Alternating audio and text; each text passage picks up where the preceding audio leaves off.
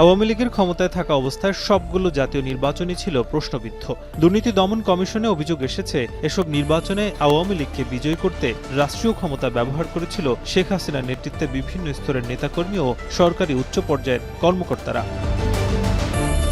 গেল জানুয়ারিতে এই অভিযোগে অনুসন্ধানের নামে দুদক গঠন করা হয় ৫ সদস্যের কমিটি। সেই অনুসন্ধান দল এবার ২০১৮ সালের নির্বাচনে কতটি কেন্দ্রে শতভাগ ভোট পড়েছে তা জানতে চেয়ে নির্বাচন কমিশনে চিঠি দিয়েছে।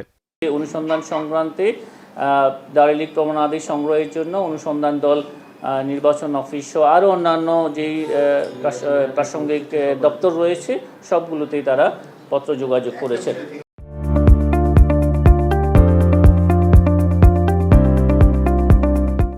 ২০১৮ সালের নির্বাচনে প্রধান নির্বাচন কমিশনারের দায়িত্ব পালনকারী KM নুরুল হুদাকে গ্রেপ্তার করে আইনশৃঙ্খলা রক্ষাকারী বাহিনী। দুদকের এই মহাপরিচালক জানিয়েছেন, অনুসন্ধান কর্মকর্তা চাইলে তাকে এই অভিযোগে গ্রেপ্তার দেখাতে পারে।